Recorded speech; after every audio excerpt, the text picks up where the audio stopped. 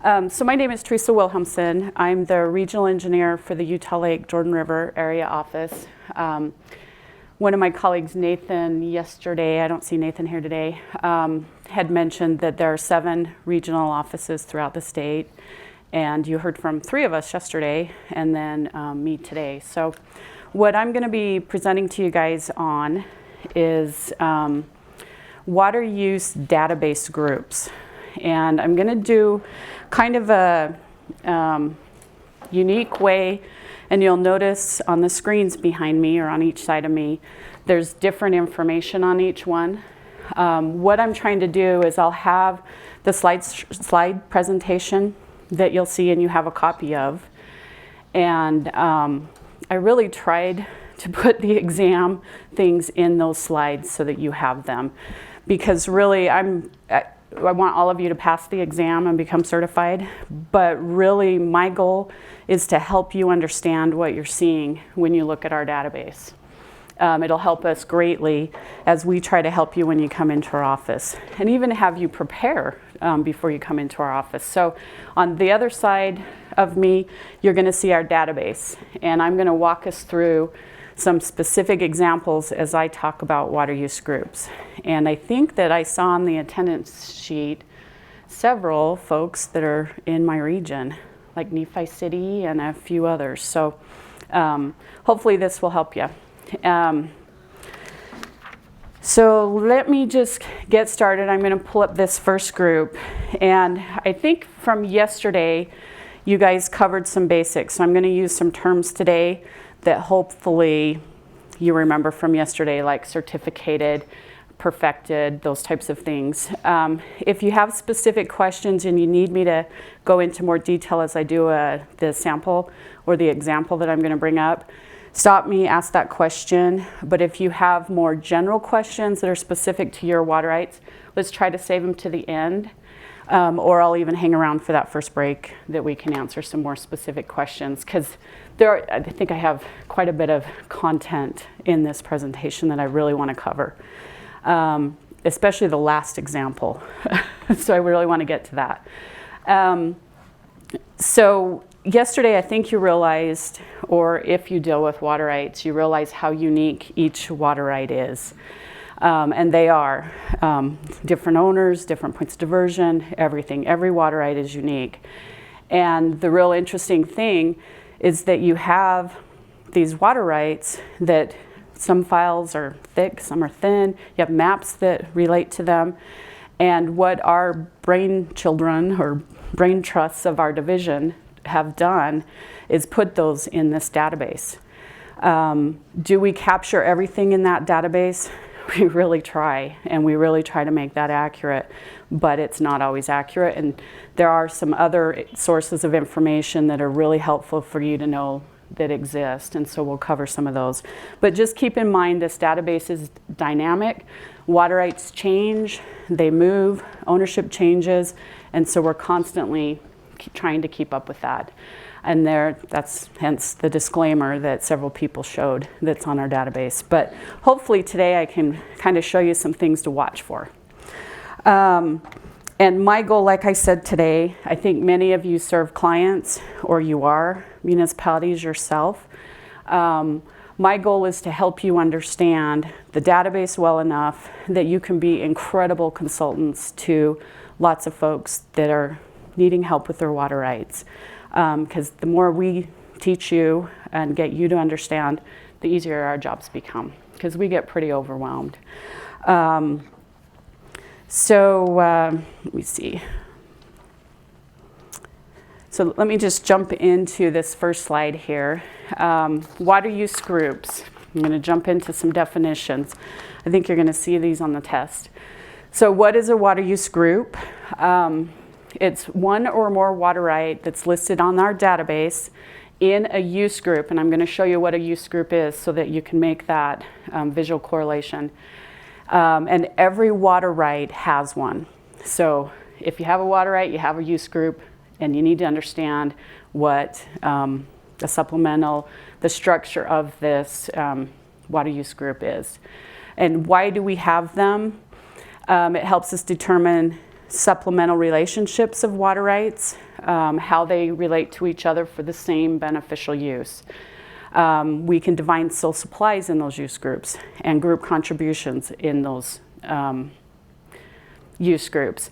And you're going to hear the terms group contribution and beneficial use amounts. Those are the same thing, but they are referred to a little bit differently from our database and the rule. And how are you going to use groups? Well, they define your water rights and what you're looking at. And so it helps you understand, gives you that little snapshot of what the limits of your water rights or the use of your water rights would be. A lot of times, well, I would say every time, when we do basin studies, when we do change applications, when we do non-use applications, all of that data is pulled from those use groups for the water rights. So if we have an error in these use groups, we're going to perpetuate that error through these basin studies, through these change applications, everything. So it's really important that we get that data correct. And I know a lot of times if you deal with our office, you know, we say we can't give you any advice, consult your attorney, which we do have to be careful there. But if I could give you one piece of advice, and that is on your water rights, go back after this class, look at them on the database, sort them out now, and work through those with our office, our regional office that you're in. And it will save you a lot of time delay in the future, kind of like a retirement plan. You know, you're planning for that retirement. Well, plan for your water rights, that someday you're going to have to interact with us. You need updated title. You need updated information. So do that. If you do anything, look at your water rights. So kind of moving on, that is just a couple definitions that you're probably going to see on the test. This is a little graphical representation that I'm just going to walk you through, which hopefully will bring a little bit of sense and understanding as I show you some specific water rights. So, what? Yeah, so that's what I explained. I've got two different screens up here. One's going to have the database and one's going to have the slideshow. Can you see? Slide over here. There's a whole front row. So with this graphical representation, are you guys really having a trouble seeing it over there? Do you want to slide over or slide up front? You can see both screens up here. So we did this representation, and you'll see that there is a surface diversion up in that top corner, calling it water right number 1. It's diverting from a stream source, and it actually irrigates that green pasture, which I'm calling group number 1, okay? Then, you know, with the topography, pretend it's kind of the water would flow down on that property. And then you have over on the far side from that from that surface diversion, you have a spring. Well, that has a different water right on it, and it may water that land that's surrounding that spring. So you see that maybe that surface water also irrigates that same land as that spring. So that is group 2. We're going to call it that because you have water right 1 and water right 2, and there's that group 2. Then around that home and that barn and the long driveway going back to that barn, that home's probably served by a well. And maybe that well also irrigates some land around that. And you can see that surface water from the creek probably gets blocked by that driveway, so it doesn't come down onto that ground. And I can kind of try to, I know that pulled up the other, but there's, you know, doesn't get down there, so maybe that's group 3. And that is supplied by the well, and maybe that spring water is irrigating that land. And then over by the home, that group 4, probably just the well that's watering that. So in this particular graphical representation, you have 4 groups. Group 1 is water right 1. Group 2 has water right 1 and 2, the surface and the springs. Group 3 is probably the well and the springs, and group 4 is just the well. So you can kind of see how that can relate to a lot of different land situations that are going on. So kind of keep this in mind. I think it will help you as we go through the examples that I'm going to show you. So what documents do we use to define use groups? There's a variety of them. We have the information that's in the water right file, which several people talked about. You can either come into our office, check out that hard copy file, look through that, or on scanned documents. If you can't get into our office, you can look under scanned documents to see that. Every document on the file should be scanned. Every once in a while I do run into one that's not, and so just kind of be aware of that. But where the use groups come, and several people yesterday talked about the application process. So if somebody files an application to appropriate, that creates that data on our database, and that becomes a use group. If somebody's filed a diligence claim or an underground water claim, I believe people talked about what those were yesterday, that creates that use group and defines that water right. If a water right goes through the process, application, proofs filed, and a certificate is issued, well, the database then goes from what the application represented to what the certificate of beneficial use represented. It overrides that information, so it's updated again. A decree can set up that information, and I'm just going to point out a little bit on decrees. Not all decrees may have a file jacket number and be entered in our database. For example, I think it was just 2 or 3 years ago that we actually took on the project to give file jacket numbers to the Spanish Fork River rights. And if many of you are familiar, that's a pretty big river in southern Utah County. But about 2 years ago, we numbered those. Now they have file jackets, and now they're on our database. Prior to that, you had to go to the separate decree to see those. So just be aware that sometimes you may run across a decree that may not be in our database or have a file jacket number. Another thing that defines, creates use groups are published proposed determination books or addendums.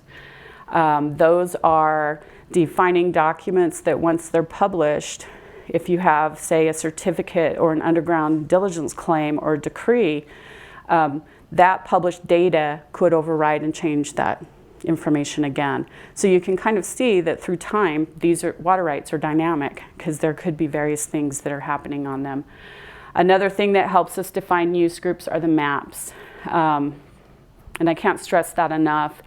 They're hydrographic survey maps that are on our database. And if I have time, I'm going to go through and show you where you can find those. If not, James will cover that when he does where to find the data.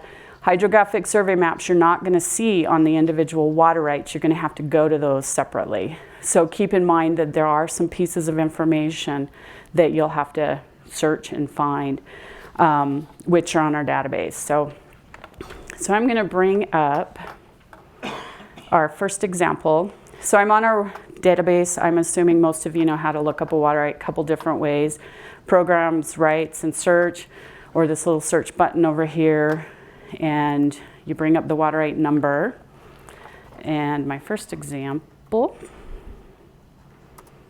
if I can see it, I have to say I'm getting to the age where I need readers, but yet I have to get used to adjusting. So I'm not quite there yet. Okay, so here's an example on the database that you see over here. I hope you guys can see it on that side, otherwise slide up. This example is a very, very basic water right. I don't think they get any simpler than this. So it's basically on our database, you'll see here's the water right number, and I'm using the mouse to kind of point these out. Here's the application to appropriate number that you see there, and you'll actually, this type of right is application to appropriate. So a lot of times when I'm doing a draft or a recommendation to Kent to sign, I always pull the hard copy file when we make those determinations, but I also look at what this screen, which is called our WR print. And I will go through and glance at those documents and then glance at this information to make sure that they correlate, because they should. If they don't, then we need to go through a process to get those fixed. So, you know, on this particular one, it's the Salt Lake Valley. It's a small domestic application. Point of diversion is a well. And then this next section down here is kind of the substance of the discussion that I'm going to have with you guys today. It's called the supplemental use groups, so the water use groups. They all have a number, which is this little highlighted link here, and I'm going to show you what that does in another example later. Every use group, like the slide says, and you're going to have for your quiz, water use groups that contain a place of use, which is described down here, a period of use, which are described out here, and a beneficial use. So this particular water right is used for irrigation and the domestic use of one family. And like I said, they can change over time, these use groups right here. Where these use groups came from, in about 2006, Boyd, I'm going to give a huge shout out to Boyd. I thought he was here. He actually restructured our database, which made these use groups so that we can see that supplemental nature. Before, each water right had its individual group, but this use group now allows us to see that overlap, which helps us define rights better and determine sole supplies. And so it's an incredible display of information that he developed. Sorry, James, I'm giving credit to Boyd on that one. So this is a very basic example. One thing I'm going to point out really quick, though. So here, you know, seems really innocuous. It's simple, small, domestic. What you can look at the scanned documents, and I would always suggest you do this. Never assume even the simplest ones are correct. So if you go to drop-down menu, scan documents, we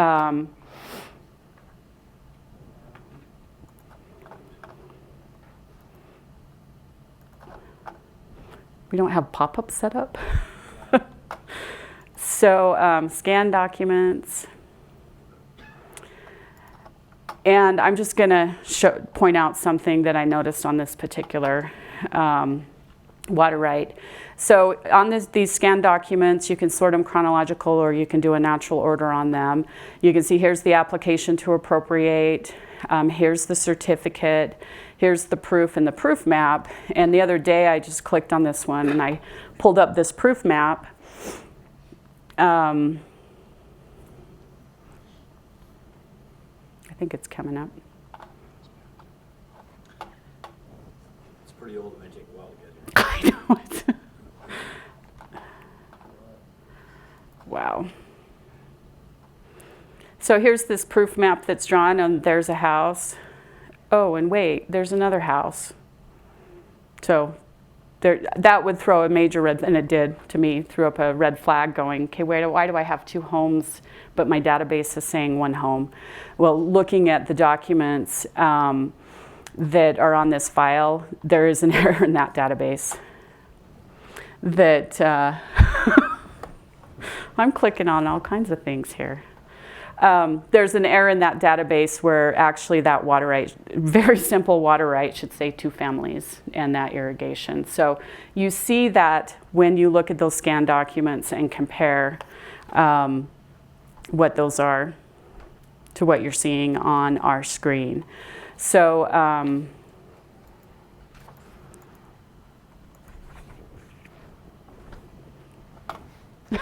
thanks, James. So I'm going to bring up another example here really quick. And these get tougher as I go along. The next example is the water right shown on that slide there. So I'm going to read you or show you a definition that's on your slide. Beneficial use amount means what? The beneficial use amount of a water right is what that water right contributes to that group, okay? And it's this beneficial use amount is the same as the group contribution. So let me show you this example water right, the 75, 7531, small domestic again, which I find it funny. I have, 10 owners on there for one home. That'll be interesting to see where that pans out. So here's the use group for this particular one. You'll see again just one water right number in this use group, because there are no others listed there. And this slide where I say beneficial use amount is the amount of water or the use that is assigned to that group. So this particular water right has a group total of 0.8 of an acre irrigation. If you can see where I'm pointing there, that group total. But the beneficial use amount that's contributed to this water right is just 0.4 of an acre. So if somebody files a change application on this water right, they can't change that 0.8. They would only be able to change the 0.04. The livestock 18 and 18, and the domestic 1 and 1. So knowing what those sole supplies are, which is this beneficial use amount that's shown with this particular water right, are critical. So just keep in mind the main point here is beneficial use amounts are what that water right contributes to that group, okay? And I know I'm saying that over, but I'm positive you're gonna see some test questions there for that. So that was another really simple kind of showing of that. And just as a side note, when I see that type of thing, I'm like, why is there no other water right? And that water right doesn't provide the full sole supply. That throws a kind of a flag in my mind. And when you look at the documents on the file for that particular one, the certificate that was issued was limited to that beneficial use amount, that smaller beneficial use amount. So that is why. Next example that I've got here.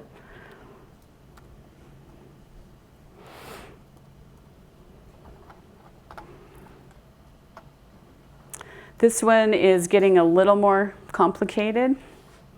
With this particular one, this is actually multiple rights and multiple groups that we're going to be talking about here. So let me talk about, we talked about beneficial use, which is that limitation that's shown in the use group. But what is a sole supply, or what's the difference between beneficial use amount and sole supply? There's some water rights, like this one, has two different groups. The beneficial use amounts for this use group, for this particular use of stock watering, is 67.8 and 3 families. The second use group, the sole supply for irrigation, is a 1/2 acre. So the beneficial use amounts are each of those individual groups, but the sole supply of a water right are those added together. So all of those groups, beneficial uses added together. And that's what your slide for this particular example shows. Does that make sense? Okay. So I'm trying to define a couple terms that you're going to see or that get referred to. So beneficial use amount refers just to each individual group. So an ELU or something like that does not add into the beneficial use? Sure. Yeah. So this other group down here, or sorry, the stock watering group up here, its beneficial use for this group, for this particular water right, is 67.8 equivalent livestock units. Well, you had that on the other one, and it didn't count it. It did. It had 18. Is that the one you were talking about? Previously. Yeah. It said 18 on there for equivalent livestock units. How would it acquire the separate groups? And that's a good question. So look at these water right numbers up here. Can you repeat the question? Oh, sorry. So the first question was, what about the ELUs?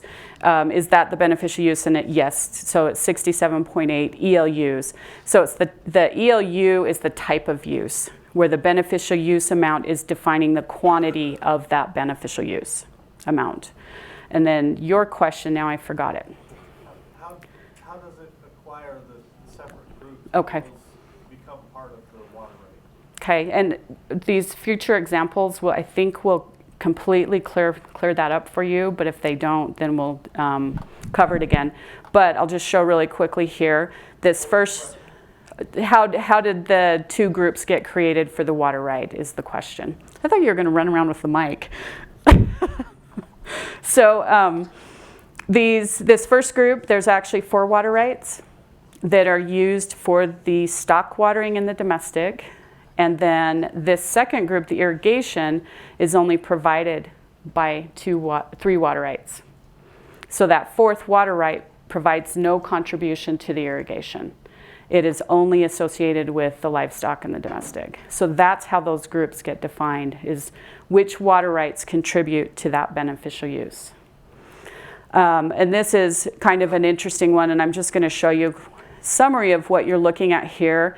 And this presentation is mainly to focus on use groups, but a couple other parts to point out for you to understand as consultants for water rights. As water rights buy and sell and change, things are segregated. Folks yesterday talked about segregations of water rights and changes that are filed. Down in the lower section here, you'll see that we set up what's called a segregation summary. This will define what that right originally was. And then I'm going to just kind of compare up here. It was originally 6 families, but you'll see up here, this domestic use group only has 5 now. And so somebody may say, well, what happened to the other 1? And you'll see that these were segregated, and I'm hoping I can explain this well enough.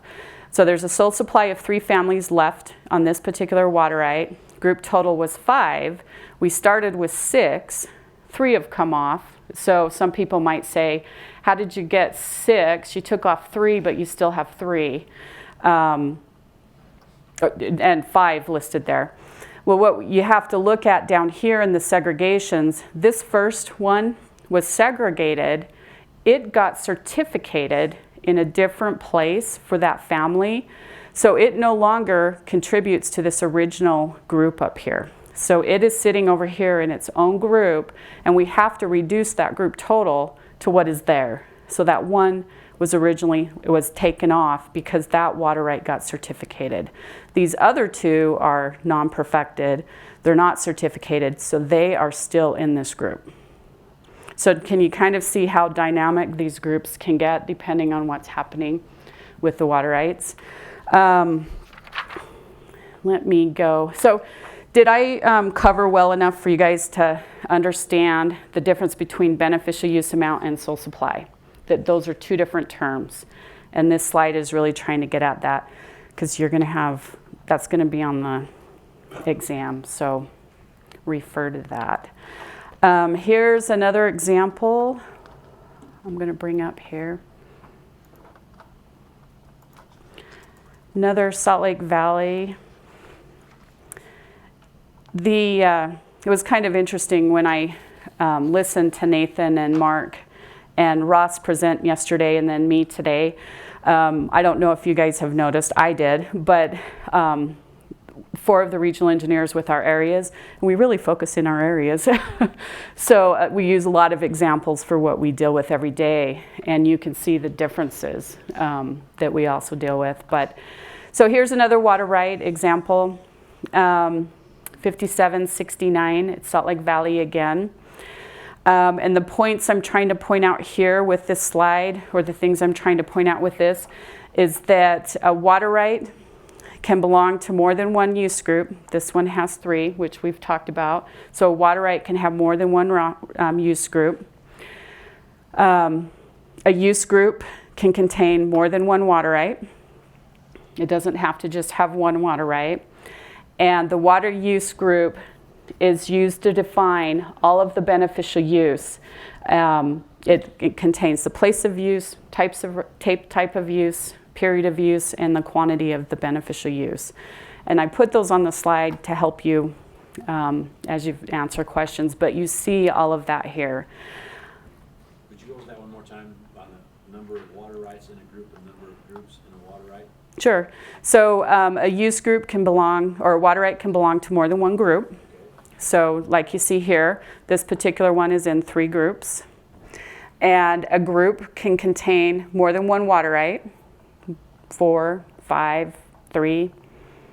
So it depends on that use or that beneficial use that we've defined in this use group. And then the use group contains place of use, beneficial use amounts, period of use, and I'm restating that because you're going to see that again. So this particular water right for Mount Olivet, I'm going to go a little bit further showing a map as well on this. But the other thing to note is a use group, and I'm going to point this out. Here's this first group on this water right, and it says for the beneficial use amount, it's unevaluated, which means we don't know what that sole supply is or what that beneficial use contribution to that use for this water right. So it states unevaluated. If you are helping a client and they need to file a change application or update title or try and do something with a water right, and you come to this screen and you see an unevaluated, you should know you need to look into that water right. Let's figure out what you can do. Do you need to go further? And I'll talk about the further steps in a little bit later in this presentation. But if you see that, question it. Know that you need to do something there, because right now we have no idea what this water right is for this group, and it could be 0. It could just be an auxiliary source that's used on that irrigation, and it may not have any sole supply. So be aware of that unevaluated, or watch out for that unevaluated. Sometimes there's reasons why they're unevaluated. And then down here, this last group on this water right, you'll see these 3 water rights, and then you're going to see a beneficial use amount of 0. This water right does not contribute anything to that use any longer, that 10 acres. So that is a true, if you see that, that could truly be the case. And why in this particular one is because that 10 acres was segregated from this water right, but the change has not been perfected yet. So all 3 water rights are still in that same group for the 10 acres, but because it hasn't been perfected, they all stay there. If it becomes perfected and a certificate is issued on that 10 acres, it'll come out. So that 0 will no longer be, it won't even be in that group anymore. But they stay, those relationships stay together until there's something that perfects the water right and moves it away. Not just a change proposing to move it away. And why, because I'm seeing kind of a look up here, why we don't remove it from the group when they're segregated and the change is approved, because that change could lapse. So it's got to come back here to this use, and so we leave them there. So just be aware that that can happen, and understanding what you're seeing. And like I said, if you don't understand or you're seeing something that's confusing, call the regional office and we'll help you try and understand what you're looking at. So I'm just going to move on with this water right. So ownership of a water right in a use group. The group can define one owner's water rights, or it may determine one or multiple owned by various owners. So those use groups, you could have one owner on there, or you can have multiple owners that are sharing that same use. So just be aware of that. The use within a group, that becomes tricky, but they're still on our records. Oh, sorry. Yeah, exactly. He said in this particular, this is Mount Olivet Cemetery, and so he's being funny that he said, but those people are all dead. So yeah. You guys can laugh at his joke. Anyway, I'm just giving you a hard time. So the use within a group can be supplied by also more than one source. So you can have, just like that graphical representation I gave in the beginning, there was that spring and the surface water. So that beneficial use would have been described as that pasture that had the spring and the flood water on it, or the flood irrigation on it. And there's 2 different sources that provide that water. So the beneficial use within a group can be supplied by more than one source. And this is just an example to try and, this is the map that eventually was created for that Mount Olivet Cemetery. And you'll see on this thing that on this graphical map here, this is true. This is Mount Olivet Cemetery. It's in the Salt Lake Valley. And I should say this is true representation of what our records say. I'll put it that way.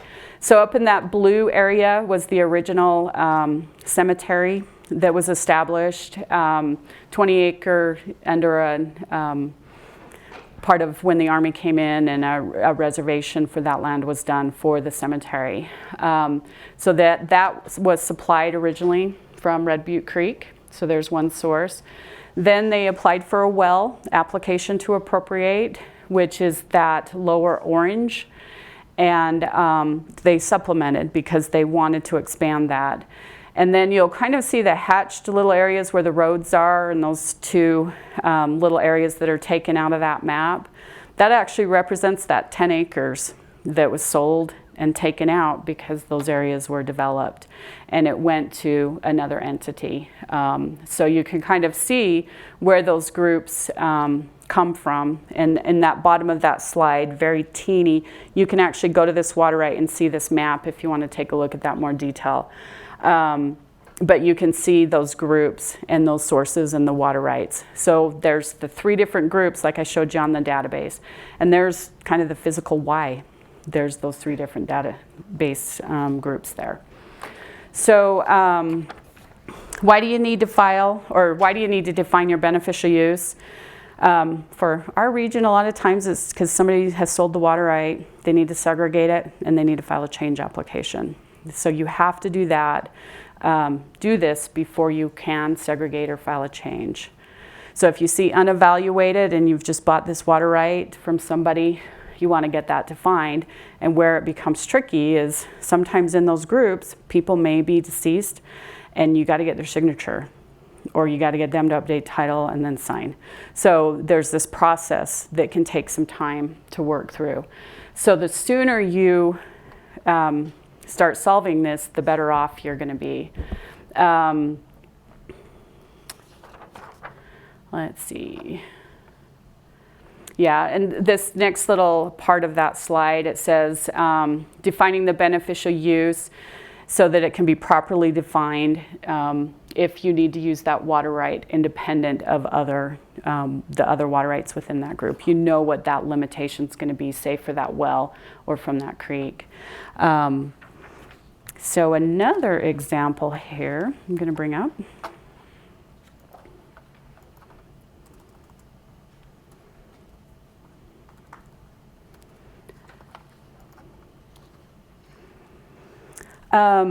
This one, the slide that you have in your handout, so it's several water rights are owned by a farmer to irrigate a large field. All of them are supplemental and they're listed in the same group. So this gives an example. Here we have 3 folks up in out of the Camas area that own this water right. 2 points of diversion that are historically on this right. And then you see that there are several water rights in this group that contribute to that 1.2 acres, but they're all unevaluated. So if they wanted to come in and file a change on that entire use, they could do that and not define that unevaluated. But if they sell one of those water rights and want to file a change on one, they're going to have to define that, so that group contribution, that beneficial use amount to that group. Okay, so as long as they don't make any changes, nothing really happens. If they try to sell one, though, they need to file some sort of definition of the new use. Right. But so maybe repeat the first part of your question. As long as they're not in the process of selling or moving it, they don't have to do anything. It can remain static. But as soon as they try to move it, then they have to define what's left and what goes out. Yes. Okay. Yep. So that is a really simple one. I know. I can't stand extra windows open. It's, I think, an engineer thing. I don't know. This one. Oh, this one I'm just going to show you on the slide. I'm not actually going to pull it up. How about I go to that slide?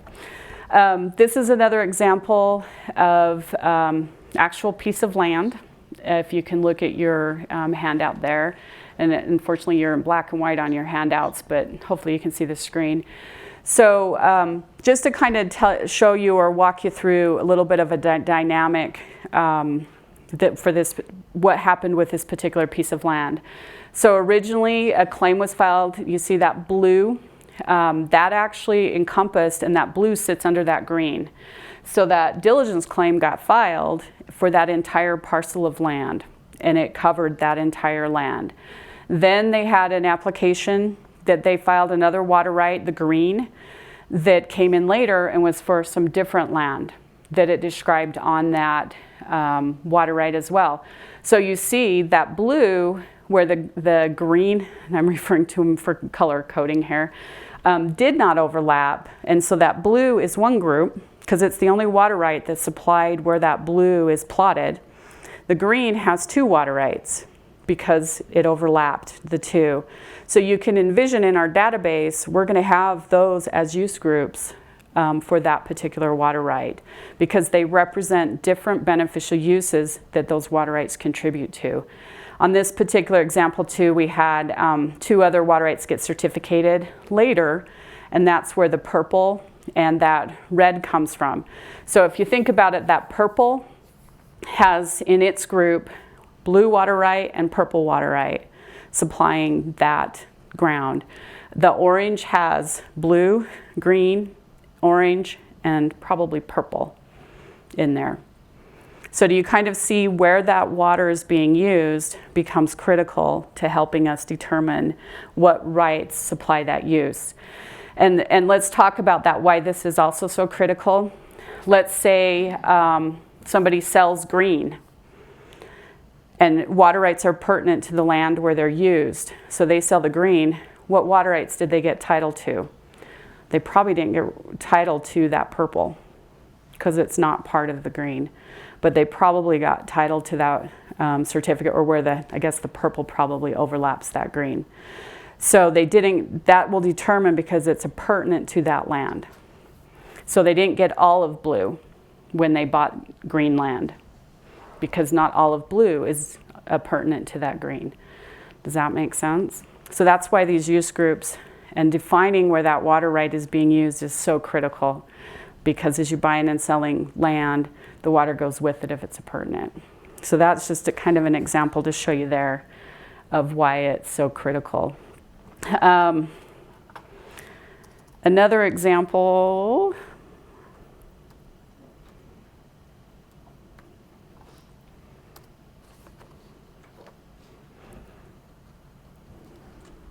I'm kind of getting the two screens. I keep forgetting which one's where. Kent's over there laughing at me. So this particular water right, and I'll step into it in a second. If the beneficial use amounts are defined, a water right can be segregated for the purpose of filing a change. We've talked about that. And I'm going to show you this particular water right. It's a diligence claim. That's what that D stands for. And you also see type of right, diligence claim. It's always good when those two coincide with each other. This particular one is part of two use groups. The stock watering is only supplied by this water right. There's only one water right in there. And then this, the irrigation is actually supplied by two. And I talked about this, that we've got a beneficial use amount defined. So they were able to segregate, if you see the segregation history on the water right, that amount because they filed a change application.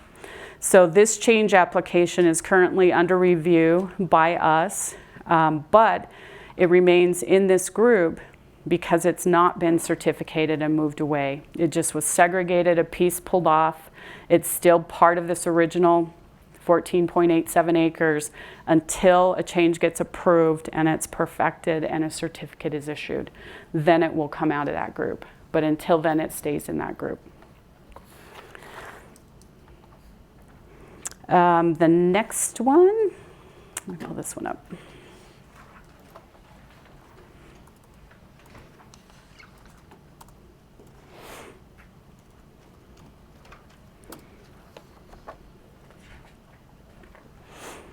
This is just kind of I wanted to use this one as an example that would throw a flag to those of you who are helping people consult for water rights, or maybe you're a municipality that's acquiring this water right, or a water right like this.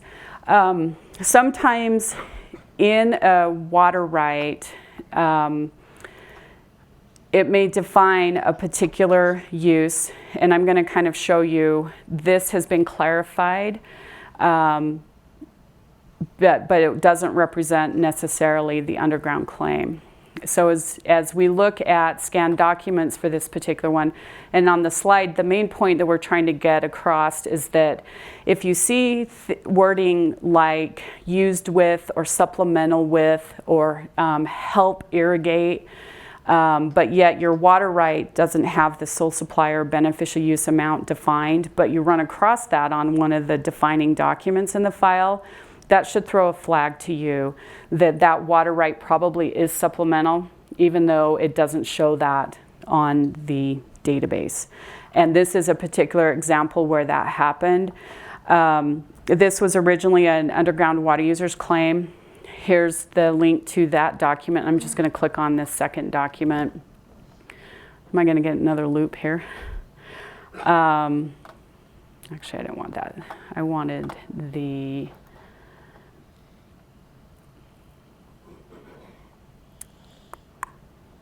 And I'm not seeing it. Here we go. Underground claim. This was the original, how it became on our database. And on this particular one, you see this little word typed up there.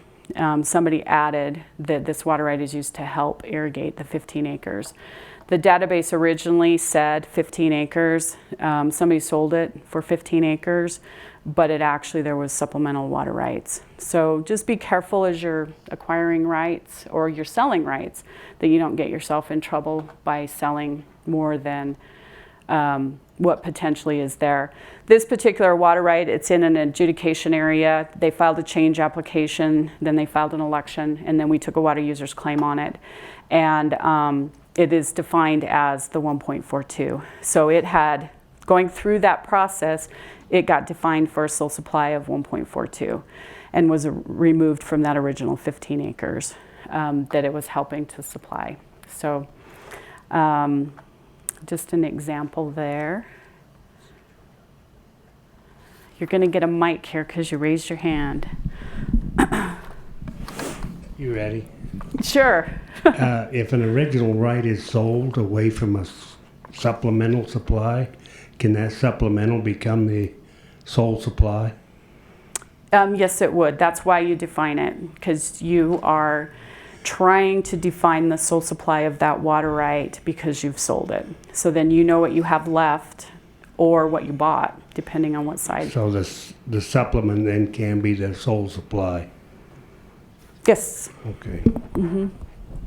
Yep. Yeah, Teresa, you want to make sure that, I mean, if it's like used on 10 acres and you pull off some of it, supplemental supply to 10 acres doesn't become 10 acres again. It has to be quantified so the two together cannot equal more than what the total use was between the two rights. So like some people think that they've got a supplemental right with another right. They move off the base right, and then the supplemental right, they just use it to do the whole thing. But between the two, they can't be worth more than what the originals were together used for. So. And I think you got that concept because you asked this, if you have the sole supply, can it? So I think, okay, those guys are, okay. So next example here. I keep typing here and expecting it to change on the slide. Let's see which one this is. Okay, so I'm going to switch just a little bit and talk specific to irrigation companies, okay?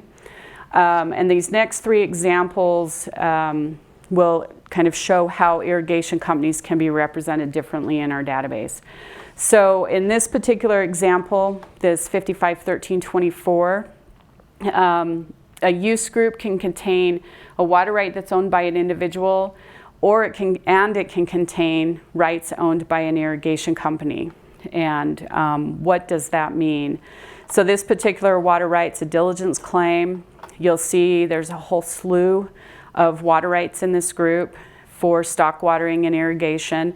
And if you start clicking on these, you're going to see that it's an irrigation company's water rights. So what that basically means is there's a private source. This happens to be a spring and a creek that also have irrigation company water delivered to that same land. So that privately owned right is supplementally used with those shares of stock. So this group structure, you will see this, water rights defined this way. It's not uncommon to see that. The next example I'm going to show you is another way that you may see an irrigation supplemental in our database, and they mean the same thing. So this particular example is in the Salt Lake Valley, the west side of the Salt Lake Valley. It was an application to appropriate for a well, and you'll see that it is the only water right number that's in this use group, but you have this little tag down here that says, in addition to the water rights in this group, there's shares.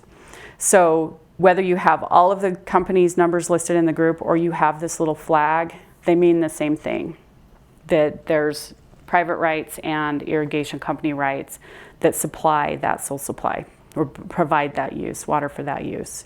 And in this particular case, it's unevaluated. The irrigation company water supplied, that'd stay unevaluated, wouldn't it?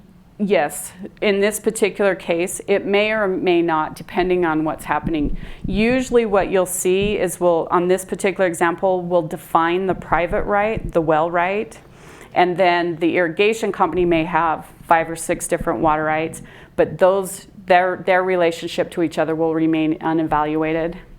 So those but we may define the well right.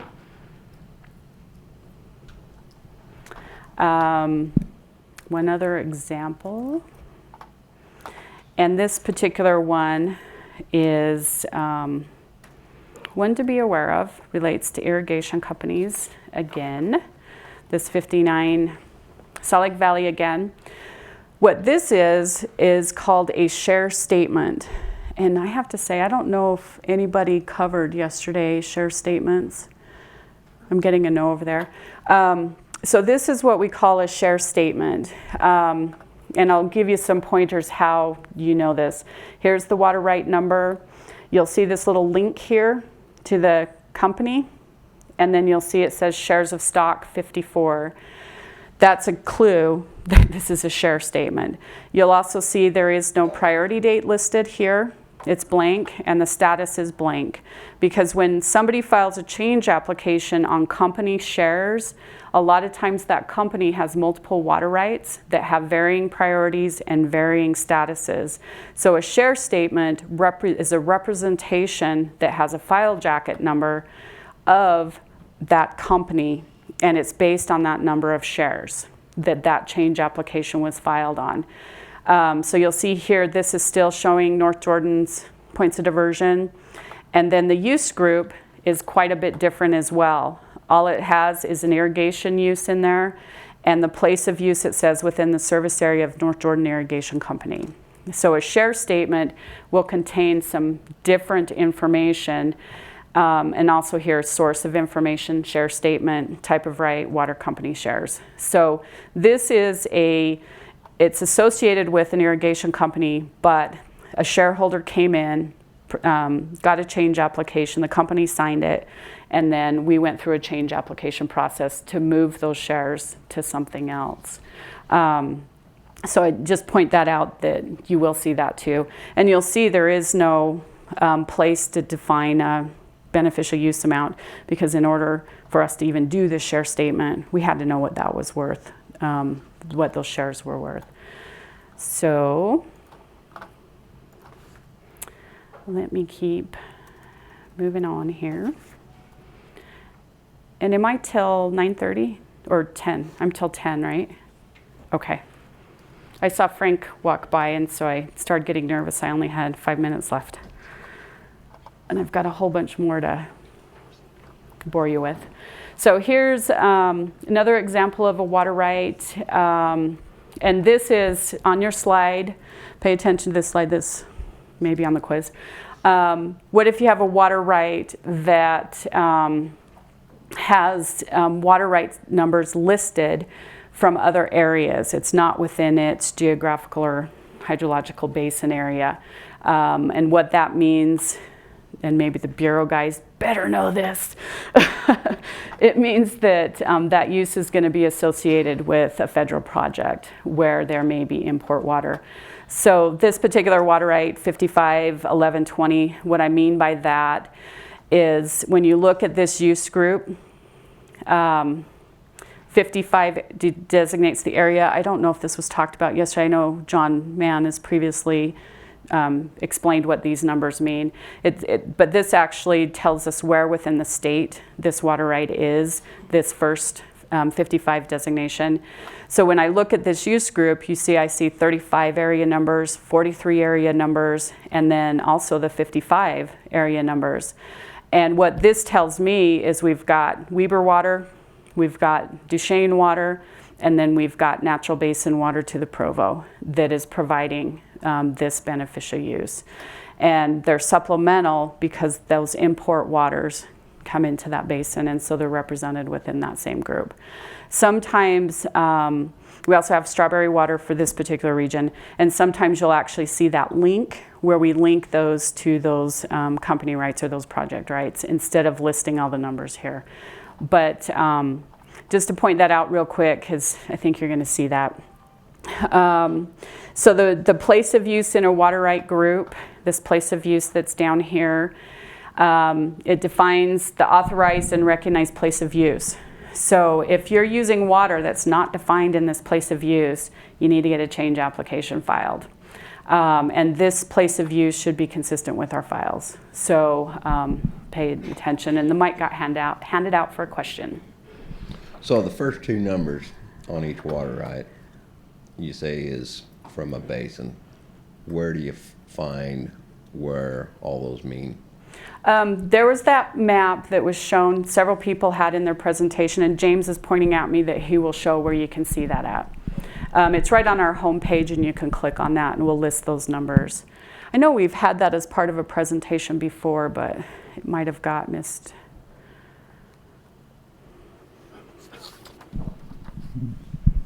I see on there several different places of water, but I only see two diversions. Doesn't each one need a diversion? Of the place of use? Yes. No. So this water diverted from this well and rediverted at this point would provide water to that entire place of use. Now, each of these water rights that are listed here could have a different diversion. Why aren't they not listed? Because this is only this one water right. Okay. So kind of be aware that when you have all of these water right numbers, what that's telling you is that this one water right plus any of these are providing that beneficial use in that area. They don't all need diversions when they're listed? They do. So if you click on, if we were to click on every one of these water rights, would we'd show see all their of them. diversions. Thank you. And actually, that's a good point that I'm just going to kind of say here, is that this use group is linked to multiple water rights, but you have to look at each individual water right to see the other elements of those water rights. But the way that this was designed with these use groups is to show that beneficial use and how that's tied together. So it's a good distinction to see there. The other thing that I want to point out with this particular example, duplicate groups, those get you in trouble. So on this particular water right, if they came in and said, I have 20 livestock, this is a pretty small water right, but it could be much bigger, 20 livestock. If we look at the water right records defining this, they really only have 10. But when in 2006 this project was done, It tried to combine these groups as best it can. It was a computer program that was ran, but some of them it didn't quite get, like this particular one. So today we would have this group gone, and then these 2 water rights provide for that 10. And we would define that by looking at the scanned documents on the record. So if you see a duplicate group and you're trying to help a professional, or you're trying to help a client or your city, yourself, come talk to us and let's get this fixed, because that will perpetuate into basin studies, future applications, everything. And if it's an error, let's get it fixed now before we take on a whole lot of other projects with that particular water right. Use groups, like we've talked about, may not be 100% correct, and that was one of the examples. And it's related to that database conversion. So what do you do in identifying errors? Yeah, research the records and make sure that you're looking at all of those documents that pertain to your water right. If you find one, what do? We actually have an administrative rule that's been adopted, and that steps through. But essentially, write a letter explaining what you think those groups should be, point out that error, and that goes to the regional office.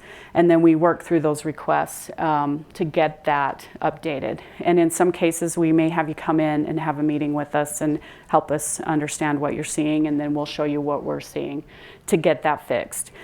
And I would definitely suggest, because all of us, we know that delay in projects mean money to folks, and we understand that. If you come in and you just file that change and you don't take that extra effort up front to identify those errors, and that error's perpetuated through that process that we're working through, we may have to step back up and restart that process. So if we catch it in the beginning and get it fixed, that process is going to go much smoother. So don't hesitate. If you think there's an error, contact us. Help us understand what you've got there for your water right. Then, let's see. Okay, this is going to be this next example. Hopefully with this, I can help kind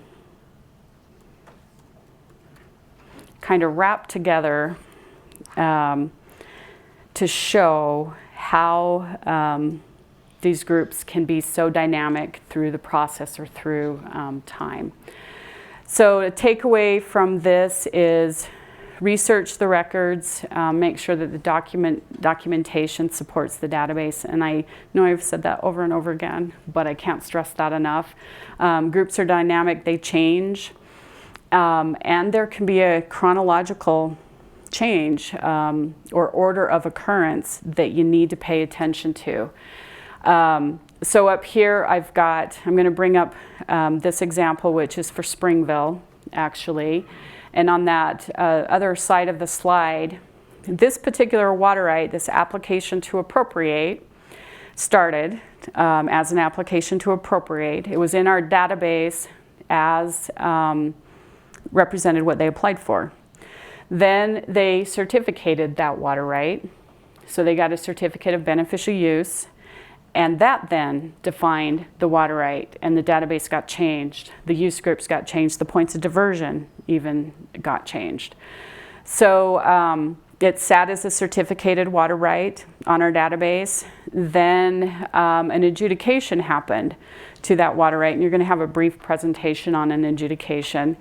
But we took water users' claims on this area and for this particular water right. And then that claim got published in the proposed determination book, which then adjusted the database again because it had different defining elements that were found in that adjudication. Then on this particular one, there was an addendum to the PD. It didn't involve this water right, but it involved a supplemental water right that we didn't know about that was defined in that addendum. That addendum got published. And once that got published, it actually linked it to this water right. So that addendum is a separate document which a copy got put on this file, but the database never got updated for this particular file. It was updated for the one in the addendum, but not this one. So part of our work with Springville, we figured that out and we adjusted this database to include it. Also after that, a change application got filed by Springville on this particular water right, and then a certificate got issued again. So you see this water right started as an application to appropriate, went through a certificate, went through an adjudication and an addendum and another change and another certificate. So this water right over time got changed. As we find these or we see these, sometimes through that process, errors occur and we have to get those corrected. So what you're looking at for this particular water right was several months working with Springville, but we finally were able to sort out that order of those documents, and it's a pretty simple group structure. Municipal, all of Springville's municipal rights are in that group. There's no defining, we didn't define individual acre foots for those amounts for each of those water rights. Because it's a city, they'll most likely stay in this structure for the rest of our lifetimes. But let me just kind of show you on scanned documents here. We had the benefit of the files and some of the other documents that we have, and I think James will maybe or maybe not point out some of these, but I can do that real quick if we have time. But published proposed determination books may not be on this file. They should be, but they may not. Addendum, like I mentioned, the addendum wasn't scanned to this file, and it would sit on a shelf or in our database as a separate document. So being aware of what's happening in the areas or what has happened in your areas is helpful. You know, ask the regional office, is an adjudication, did it happen in my area, or is it happening? What other projects or basin studies have you guys done? What policies do we have in place? So knowing what is going on in your region is going to help you to know, is this the true story? Am I seeing it here on the screen and on the file, what this water right is, or are there going to be some other documents I need to go look at? And in this particular case, there's a PD you need to go look at. There's an addendum you need to go look at. There's hydrographic survey maps you need to go look at. And you're not going to see those here. So do your homework for the area that you're working in, and it will really help you. This, I'm going to just show a couple of things. Here's the scanned documents. Kind of be aware of. This is a natural order that these are scanned in. You can sort by the date of the document, and then you've got this chronological order of things that happened that you can step through. Be aware sometimes dates aren't in documents and they fall to the bottom. So kind of be aware of what those are. But really, when you look through this, these scanned documents, 1960, there's the application to appropriate. Here's where it was approved. Here's the proof that got filed. And you can see in 62, 2 years later, a year later, it gets certificated. Then in 81, you see a water user's claim. That will give you a hint that an adjudication or some sort of adjudicative effort came through. When I see that and then I don't see a PD after that, there's my PD. So that should have a date, and it should be sitting kind of right in here as to that happening. Then you see in 97 is when that change application got filed, and in 2000 that got certificated. Then again, we come back through. Here is another change application in 2006 that got filed. So there is on this particular water right a pending change still, but it's approved. So these documents will really help you understand what you're looking at. But I think this particular water right just really illustrates how through time these change and errors can creep in to things. So let me, and I think what I'm going to do is cover these last few slides, and then if I've got some time, I'll show you where to find hydrographic maps. If I don't, James will show you, or we'll try to get through that. So we do have a process, you know, we've talked about, and hopefully I've given you just some examples that are going to help you throw some red flags as you're working with your water rights, what to do, what to notice. But if you find an error, what do you do to get it corrected? Number one, if you think it's just an error in the record, submit a written request to the regional office to have us take a look at that so we can fix it first. Because if you try and print a declaration of beneficial use to try and define beneficial use amounts, you may have the wrong amounts in there, and that's not going to help you because you'll just have to go get signatures again. So send that request, work with us first to get the database corrected. And then if you need to define the beneficial use, like the gentleman back here had asked, hey, if I'm selling a part of a water right and it's not defined, I want to do that first, right? Yes. And how you do that is through this rule, R 655-16, and it defines the process. But essentially, you would take that declaration of beneficial use, and you can print that from our database, and have each of the water right owners in that group sign that declaration as to what they agree the beneficial use amounts for each water right in that group are. And they'll sign it, they'll initial that.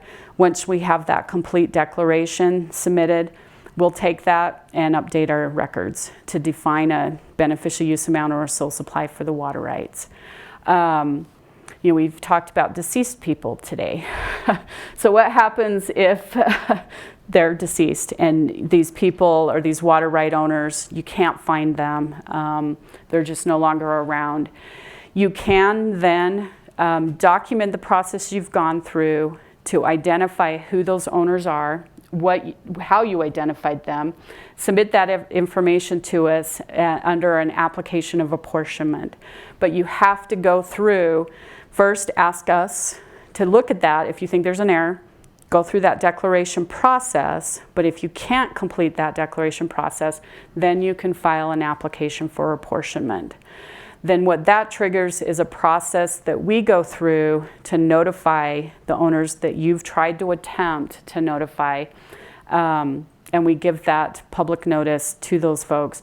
We ask them, this is what's been submitted to us. If there's no response, we may just update the record. If there is a response and they don't agree, then we may have a hearing. So there's this process that we can go through to help get those beneficial use amounts or sole supplies amounts defined. And that's just the rule. You can find that on our website. James showed that yesterday, where you can see statutes and rules off of our website if you want to see more detail. So we talked about that groups can be altered by filing a declaration of beneficial use, a completed application for apportionment process, and if we need to resolve errors or deficiencies on the database that are not consistent with our records, then we can go ahead and update those without even going through those process. So groups can be altered in those three ways. Two of them, well, all three, I guess, generally have public involvement. Sometimes that bottom one will be just us working through and finding an error, and then we update based on that. So in summary, and I thought this was funny because I couldn't tell what was in that photo. They set up these slides for us, and I was like, what is that? So I had to add this sign that I found in the Uinta Basin that says slow sheeps on road next 5. Those are sheep, but I like how they spell sheeps instead of sheep. That was actually, I think, out on the Book Cliffs or something in a heavily developed oil and gas area. So anyway, to summarize what we've talked about, beneficial use amount, that is the amount in a group that that water right, that the water right would contribute to that group, is the beneficial use amount. Sole supply is the total of the beneficial use amounts in each of the groups for that water right. So beneficial uses added give you your sole supply. And you may have a water right with only one group with one beneficial use, and sole supply and beneficial use are synonymous. So, and just the examples I gave you, just hopefully it just showed to you that look at your water rights, go back, make sure our database is accurately reflecting, fully research our records, and compare what you're seeing on your database for your water rights. And then the need to define beneficial use comes from if you're going to sell the water right, file a segregation, need a change application. You need to define those beneficial use amounts. And it's not a bad thing to do. It really isn't, even if you're not going to file a change, to know what those are. A lot of times I'll deal with folks second and third generation to a farmer, and they kind of wish their grandpas and dads had done that. Now they're trying to do it. So it's really not a bad thing to do. So those are all the slides I had. We still have about 15 minutes, but I am going to show you real quick on the database. So I talked about a couple documents that you can find. So we have an incredible mapping. James is going to show that, and I think hinted to that earlier. But you can actually go to GIS maps, water right maps, and then this hydrographic survey maps link here that I showed you. Is it going to work on this computer? You saw this yesterday with James, where you have these layers that you can bring up, and it brings in the state.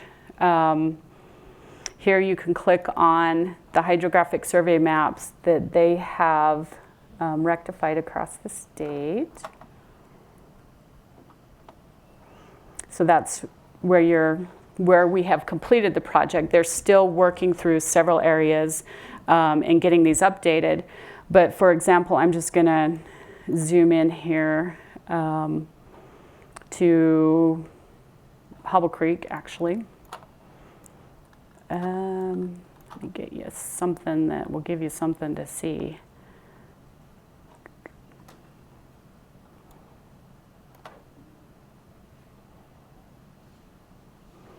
So as you zoom in, you can actually see we've scanned and rectified those hydrographic survey maps that are part of an adjudication. So these used to be in just map files in our office that you would have to come in and look, or we had some of them scanned, but now there's this graphical representation where you can zoom in under aerial photo, and if you click on this plus arrow, you can see the ground underneath where those maps and that acreage that was identified. You can also, I don't see points of diversion on there. What are those red outlines? That is where the field was, that was irrigation that was identified when we mapped that for that adjudication. So those should correlate pretty well with what's happening on the ground. You see there's a little bit of an offset maybe on this parcel. But these maps you will not see on the water rights summary. So if you check this, if you think there's an adjudication, you can go to that area and see the maps and see where that acreage actually is on the ground, and then that's where it's pertinent. So if you're updating title, or you're helping a client that bought this parcel of land, say they bought this parcel of land up here, well, they probably got that water right with it because it's pertinent to that ground. So these maps can really help you define where that acreage is. On the water right printouts, you just see township and range and section and so many acres within a 40. These will actually help you narrow that in as to what ground exactly is being identified in that adjudication. So that's a really good tool to know that's out there for those hydro maps. You can also, I'm back to our web page, main page, and under adjudication, you can actually see the proposed determination books or addendums that have been published by clicking on that link. So if you need to go see that document, you can do that here. We also have a pretty good listing of decrees that we have found. And so if you think there's a decree in your area, you can check here and see if maybe we do have it of record. Just click on county and then go by your county. If any of you deal with a Provo River decree, we actually now over here, and this was done 3 or 4 years ago, all the court exhibits to that decree that we have on microfilm, you can actually find on here too. So, but you won't see these on the files. These are separate kind of areas that just to be aware of. And so I think it is critical in your areas wherever you're working, just know what may exist out there, and then you'll find yourself going out and looking in these various areas. So I think that was all I was going to show you as far as the database, unless there was something else I mentioned that I forgot about. But outside of that, I think I have just 10 minutes, or if we want to get started, does anybody have any other questions? Okay, James is going to bring you. You talked a little bit about interbasin with BLM rights covering different areas. What about moving a right from like 55 to 51, or can rights be moved between basins? To some extent, they can. The areas you mentioned within Utah Lake, most generally they can, but the policy pages that those guys mentioned yesterday are going to help you with each of the various areas. Because no, you can't move a Utah Lake right to St. George. You know, so, but could you move a Utah County right somewhere else in Utah County? Yeah, into a different sub-basin down there. So yeah. So it's just going to depend on those policy pages, which are right here on this homepage. And that's actually the answer to your question, where do you see those area numbers? You would see that on this page, which James is going to, sorry, James. So they're right there. Anything else, or do you guys need a? No.